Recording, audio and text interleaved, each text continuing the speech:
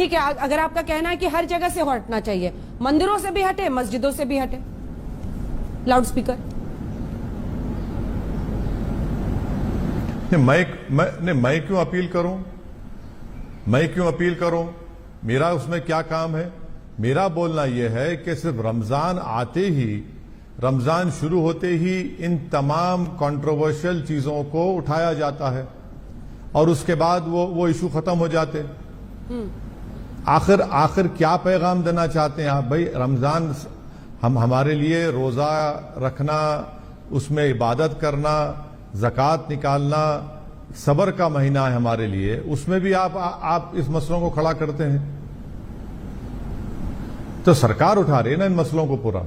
सरकार नहीं उठा रही है। अगर आप सुप्रीम कोर्ट की बात कर रहे हैं तो क्या सुप्रीम कोर्ट का जजमेंट नहीं है कि नहीं सुनिए, अगर सुप्रीम कोर्ट का अगर आप जजमेंट का हवाला दे रहे हैं तो क्या सुप्रीम कोर्ट ने नहीं कहा कि प्रिंसिपल्स ऑफ नेचुरल जस्टिस को फॉलो करना चाहिए, किसी के घर को, दुकान को तोड़ने से पहले नोटिस देनी चाहिए? कहां गया सुप्रीम कोर्ट का जजमेंट की पास व लिहाज रख रहे हैं आप? बीजेपी की सरकार ने मध्य प्रदेश खरगोन में 22 घरों को और झोपड़ियों को तोड़ दिया, सेंधवा में 11 मुकम्मल घरों को तोड़ दिया। मध्य प्रदेश में एक लड़की एक मुसलमान लड़के से शादी करती है, उसका नाम होता है आरिफ खान, डिंडोरी में, तो शादी क्यों की? उसका घर आप तोड़ देते हैं आसिफ खान का। तो ये सुप्रीम कोर्ट का जजमेंट आपको दिखता नहीं क्या कि प्रिंसिपल्स ऑफ नेचुरल जस्टिस को फॉलो करनी चाहिए, नोटिस देनी चाहिए? ठीक है, मैं उस पर आऊंगी सर, बुलडोजर पॉलिटिक्स पे मैं आऊंगी, लेकिन उससे पहले एक सवाल और है। नवनीत राणा पर राजद्रोह लगा दिया है महाराष्ट्र की सरकार ने। हनुमान चालीसा अगर कोई मुख्यमंत्री के घर के बाहर जाकर पढ़ेगा, मातोश्री पर जाकर पढ़ेगा, तो उस पर राजद्रोह लगा देना सही है?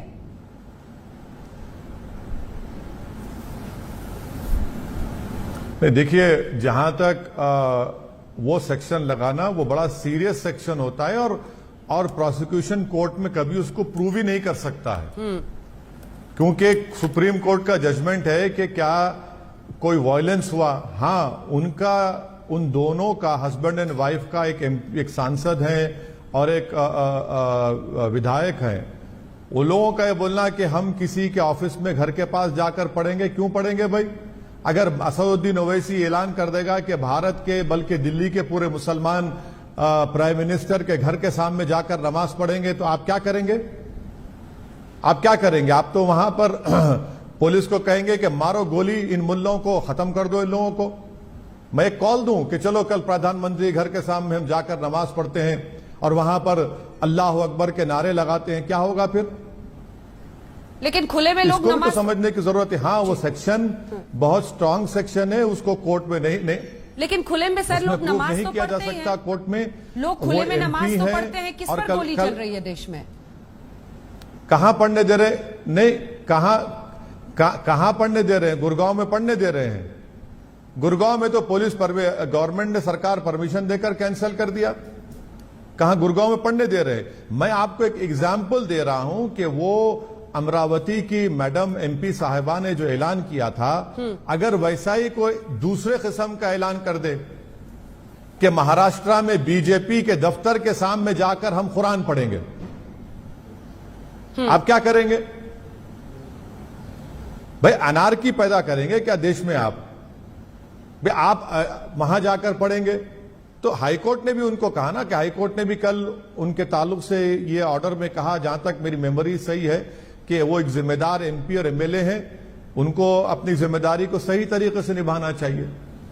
ठीक, आप ही से मिलती जुलती बात उद्धव ठाकरे साहब ने भी कही है, महाराष्ट्र के मुख्यमंत्री ने। उन्होंने कहा है कि हनुमान चालीसा पढ़ना है तो अपने घर में पढ़िए, ये हिंदुत्व का पाखंड लेकर बाहर मत आइए, वरना बाबा साहब की तरह हमको सब। उन्होंने जिक्र किया और कहा कि हमको ठीक करना आता है सबको, बाला साहब ठाकरे का जिक्र करके। अरे वो अपने भाई को ठीक नहीं कर रहे, दूसरों का ठीक करेंगे? अरे वो अपने भाई को ठीक नहीं कर रहे हैं, किसको ठीक करेंगे? वो अपने भाई को ठीक करे ना। दो भाइयों का झगड़ा है ये। दोनों भाइयों का नाम बता दीजिए सर। उद्धव के भाई कौन?